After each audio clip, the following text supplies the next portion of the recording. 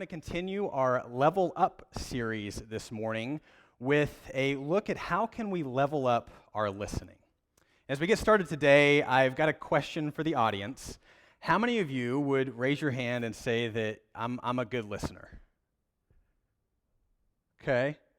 So a little honesty check now. For those of you who are sitting beside the person who raised their hand, and you know that person would say that you agree with their answer. Okay, so just checking the honesty of the audience here a little bit this morning. And can I say that for those of you who honestly raised your hand, that I want to be more like you. Because this is something that I struggle with. I always feel like I struggle with listening, to be able to be attentive and to rest. And that's what we're going to look at today. And it's something that I've really worked on growing on. It's a daily thing for me, but I really feel that God has spoken some truths into my life that I want to share with you guys this morning. So since we're in a video game themed series, I thought it was only appropriate to, at least before we move forward with it, to at least have one video game reference in it. But before I show that, I was just kind of a show of hands. Who here likes video games? I figured this side of the audience was going to give me a little higher hands. This is my youth over here. But also expand the age a little bit. How many of you, that includes like arcade, like Galaga, or you got like Asteroids, Frogger back in the day. Okay. So it expands a little bit. Okay, good. So there was a video game that I played growing up on the Nintendo 64 called The Legend of Zelda: Ocarina of Time. I heard some yeses out there, so I've got some fellow fans. And in this game, there was a little fairy you can see up there on the screen, and when you were going along the game and you were stuck, and you couldn't figure out where to go, what to do, the little fairy would pop up, and it would try to prompt you. And it didn't just do so with like just not saying it, just text. It had to go, hey, listen, like it was the most annoying little like fairy thing that popped up, and I'm like going along and I'm really frustrated at like this boss dungeon, and I'm trying to figure it out on my own, do it on my own, and there's a fairy that comes in and just says, hey, listen. I'm like, I don't want to listen to you. Leave me alone. I want to figure this out myself. Maybe for some of you, you're not real big into video games, but maybe you can relate with this guy. How many of you recognize this guy or know who this guy's name is? Anybody remember his name?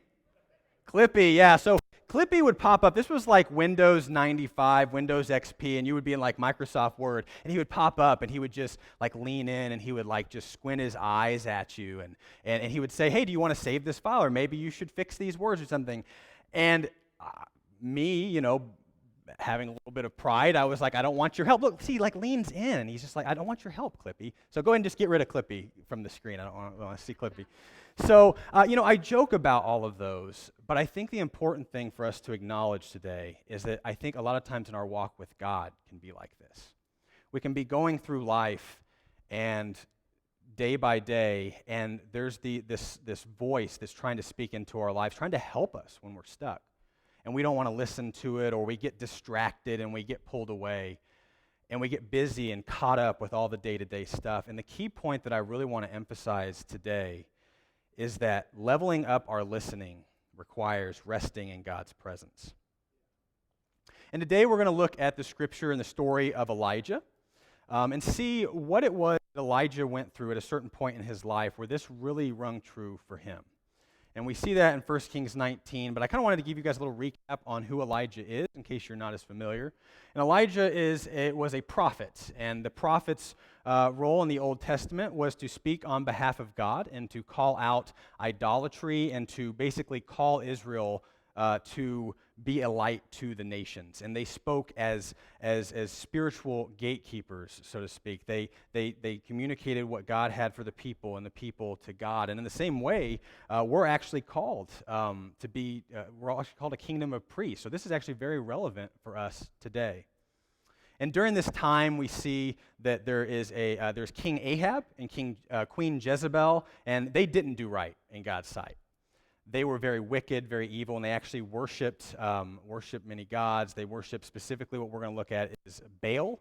And there were a total about 850 false prophets. And we see that Elijah in chapter 18 actually has some pretty big victories.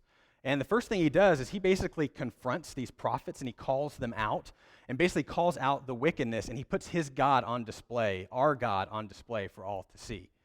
And then the second thing that we see happen is that there is an end to a 3-year drought because Elijah is persistent in prayer and because he prays and he has faith and he hones in.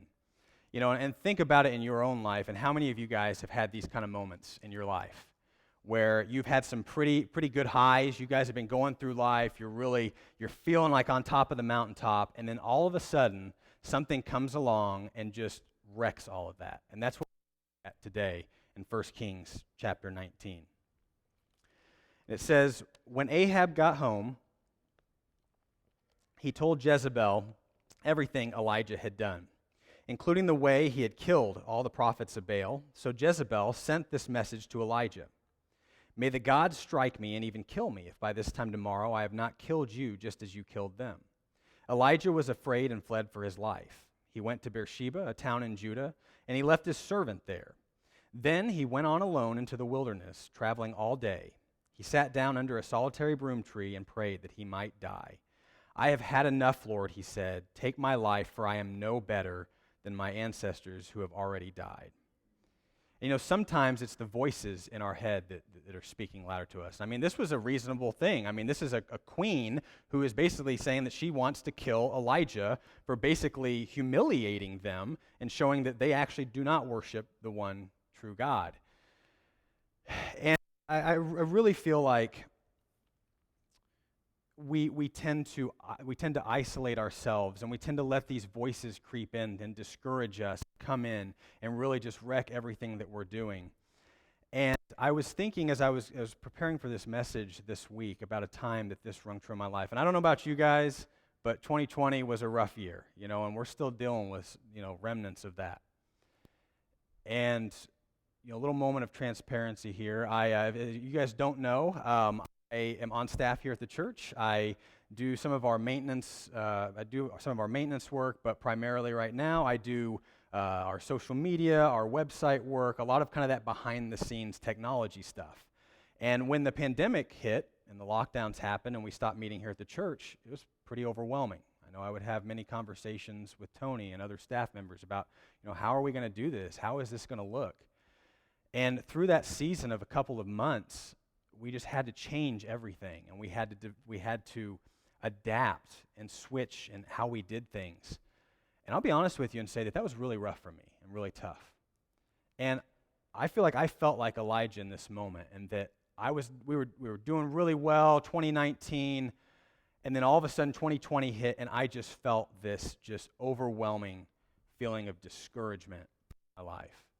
And I think for many of you out there, you would probably can think of own situations in your own life where this also was present. But I think God is calling us to a place to remind us that He is there with us, that His presence has never left us and never will leave us. And next, we see the importance of rest in Elijah's life. And can I just say, though, that my story didn't end there. I wasn't just downtrodden. I wasn't just bummed the whole time. I was intentional about seeking Tony out, seeking other people out in my life, getting with God, finding that place of rest with Him. And once I did, I was energized. And it was such a great feeling. And we just made it through. Tony and I had some of the best bonding experiences of our life. I remember we were at Eagle Creek Park, one of the filmings that we did, and we went up there, and we were getting ready to film, and this guy was sitting at a table, or we were there, and the guy comes up, and he says, "Oh, don't worry, I'm just going to be on my computer. I won't bother you." And we're just like, "Well, we're getting ready to do a recording here, you know." It's like, okay, we'll deal with it. We'll handle it. But joke about that to say, because when you're going through some of these tough moments in life, you have to be able to joke about things. You have to find that other person in your life who's going to be there with you and to walk these hard times together. So yeah, we'll pick up in Kings chapter 5, Elijah's story. Then he lay down and slept under the broom tree. But as he was sleeping, an angel touched him and told him, "Get up and eat." He had looked around, and there beside his head was some bread baked on hot stones and jars of water. So he ate and drank and lay down again. Then the angel of the Lord came again and touched him and said, Get up and eat some more. On the journey ahead will be too much for you." So he got up, ate and drank, and the food gave him enough strength to travel 40 days and 40 nights to Mount Sinai, the mountain of God. And here we see that Elijah finally takes the time to rest with God. And because he does, he is able to see the provisions that God has for him. And I believe that there are a few major enemies that get in the way of our walk with God. And the first enemy is the enemy of distraction. Man, God made this message so real in my life up here. And for this one, man, Tony talked like it would be real up here, and it sure is. So, but I want us all to kind of do an activity together. I like engagement. I like doing things with the audience. So we're going to do a listening activity. And what I want you to do is we're going to take 30 seconds. And for the next 30 seconds, I want you guys to close your eyes when I say so. And you're just going to raise your hand the first moment that some kind of distraction comes in. Well, the first noise you hear, it could be the clicking of a pen. It could be some kind of pipe making a noise. Whatever it is, within that 30 seconds, you're going to raise your hand. The moment that, just try to quiet yourself, and the moment that you hear something, raise your hand. So we'll go ahead, and let me get my timer out here. If you're watching at home, you can participate too. Your distractions may be a little bit more aggressive than ours are in here, but you can certainly try. All right, so we're going to go ahead and close your eyes. All right, and then we're going to go and start our timer, and just raise your hand when the distraction happens. I'll shut up now.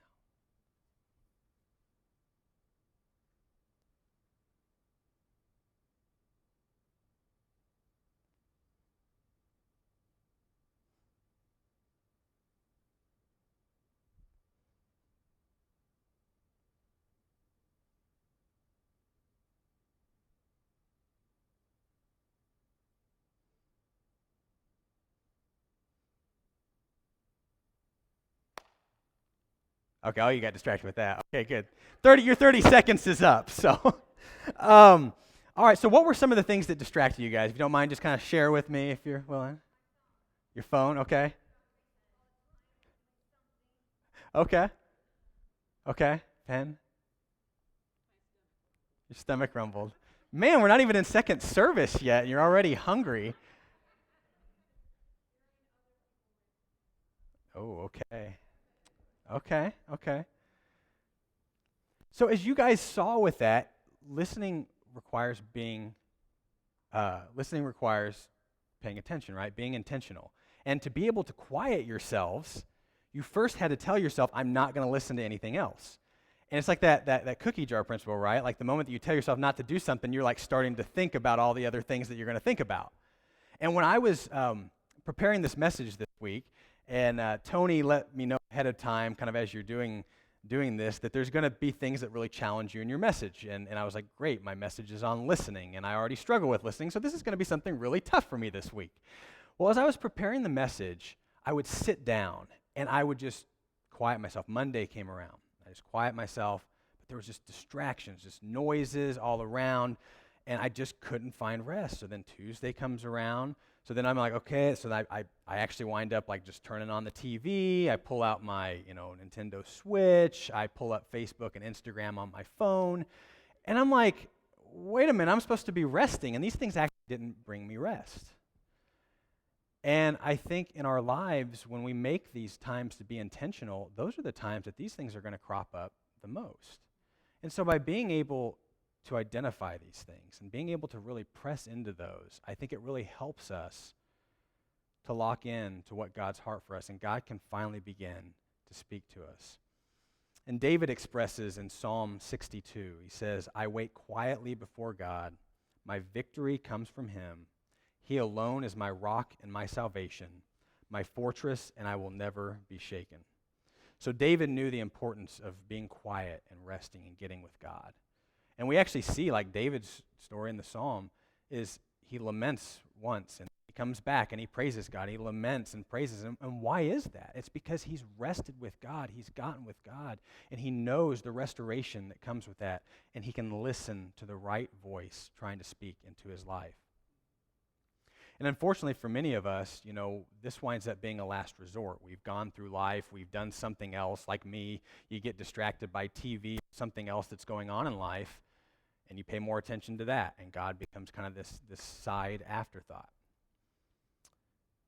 And I think that as we begin to identify these things, it really helps us. So I did mention our enemies here, our enemies of listening. The first one is distraction. I think the second enemy that comes into play is the enemy of deceit.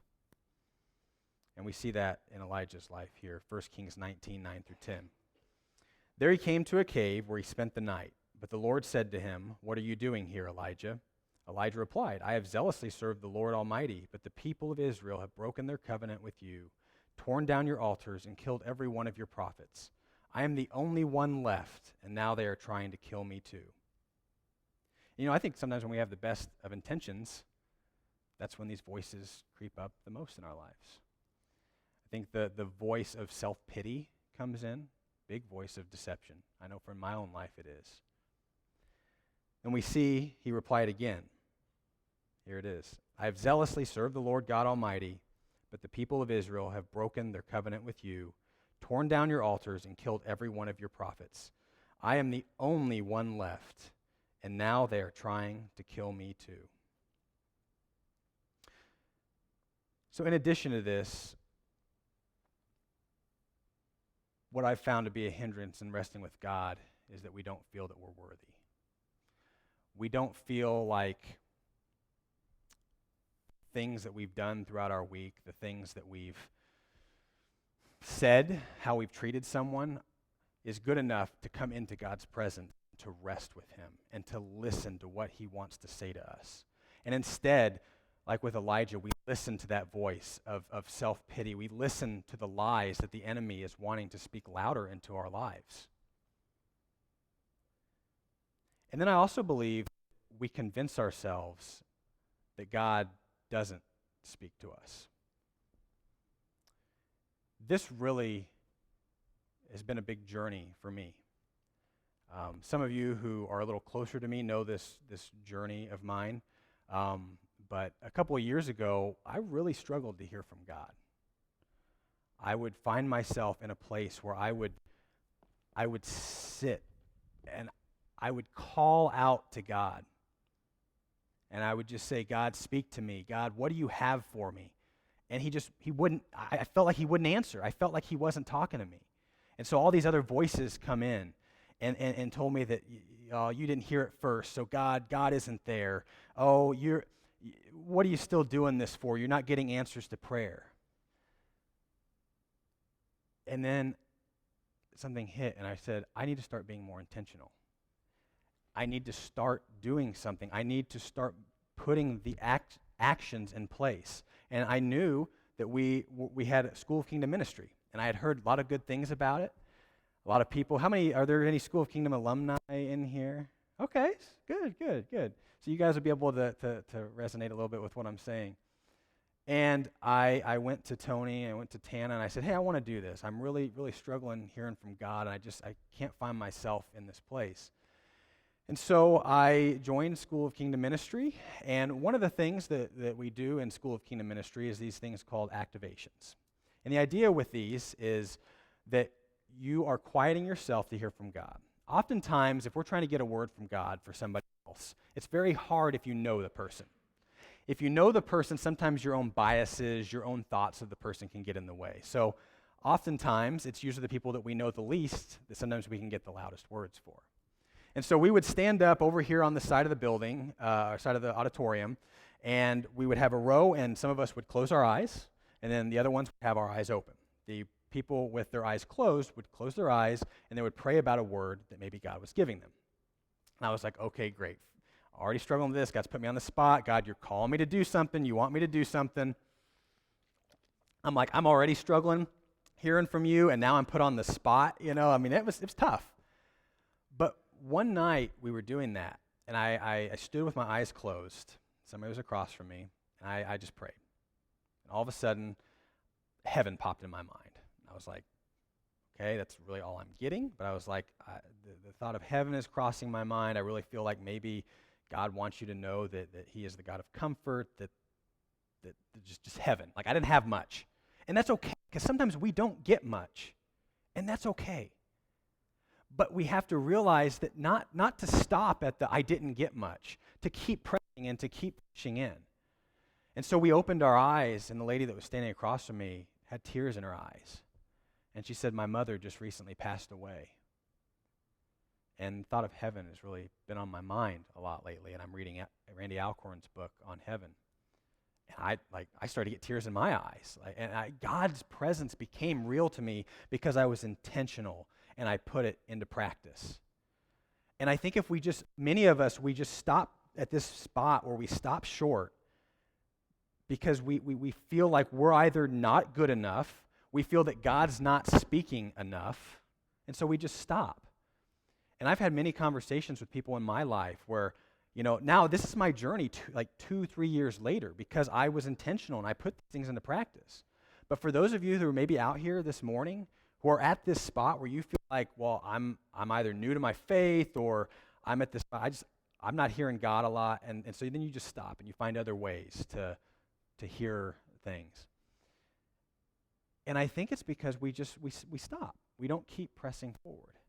And so I think God wants to issue this encouragement into your life, that he's also given you people in your life to help you with this.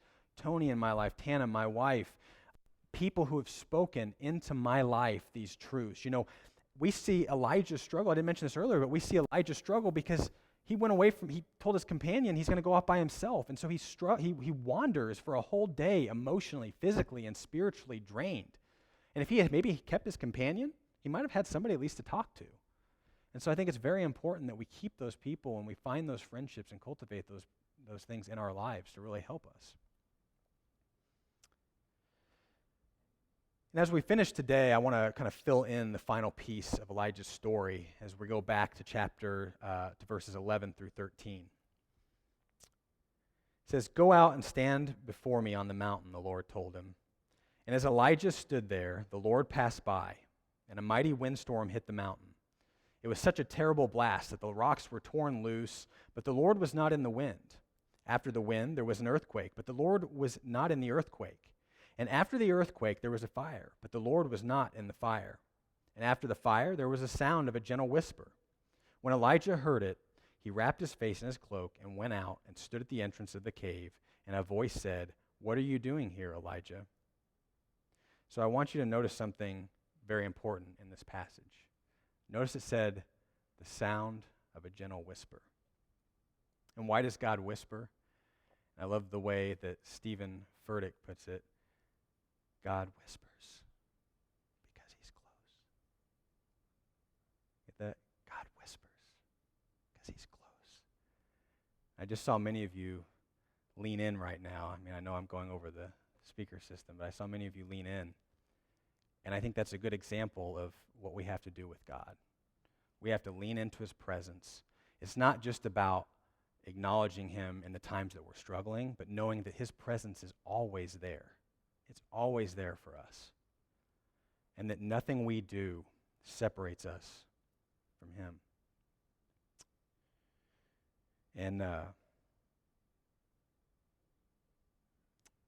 just want to bring us to a point as I get ready to close my message. And we actually see that there was some truth through the deceit and the distractions and the lies that the enemy wanted to speak louder to Elijah. 1 Kings chapter 19:18. "Yet I will preserve 7,000 others in Israel who have never bowed down to Baal or kissed him." 7,000 is a lot of people.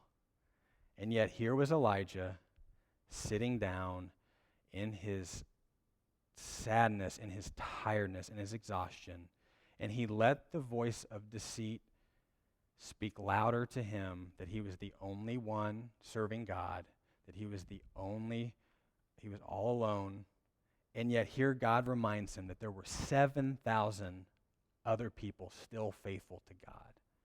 And in our own lives, I think that if we acknowledge and we rest in God's presence, that his voice will whisper truths louder to us than the enemy will yell lies.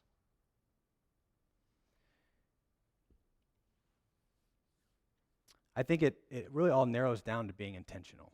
And so you think, how do we do this? How do we carry this out this week? I think the first thing is we had it in announcements. I think it's joining a life group. We got life groups starting up this week. And life groups are a great opportunity to meet people, to fellowship with people, to get with people who will love you for who you are and where you're at, and will help speak these truths into your lives, and you will not feel isolated. My wife and I, we've got 2 groups now. We've got, if you're in the 18 to 25 bracket, you can feel free to join ours. There's another group that we've got going on just for community. If you just want people, you want to be a part of a community, join that. We've got many other great groups too this semester that are going to be just great opportunities for you to take part of. And then, also, I think it's being intentional, as I said earlier, about just being in God's presence. When I was preparing my message and even just really focusing in on those times that I needed to spend with God this week, those times didn't come when I was at the end of the day all tired. Many conversations with Tony about this. I had to be intentional about setting my alarm really early in the morning, and I had to get out of bed, and I had to go and be in God's presence and sit in quietness. And there were a lot of distractions that came along the way. We've got like cute little birds outside our window that like to chirp, and I had to try to avoid those, and not hate them so much. And there are just other little things that come in the way. But when I made the intention to sit down and rest in God's presence, I was able to hear louder from him through his whispering of just peace to me and in my life. And so how many of you today would say that I want to hear more from God this week? And if you're willing to, I'd like you just to stretch out your hands. I just want to pray a word of just encouragement over you this week. I want to pray a word of empowerment for you, because I think many of us, like Elijah in this story, are at a place where we love God, we love him so much, but yet we're tired and we're worn out. And so God, I speak a word of encouragement. I speak a word of love over all of those here today, God. God, may you be so present in their lives this week, God. God, we live with the confidence that there is nothing that can separate us from your love, God. There is nothing too great for your love for us. Amen.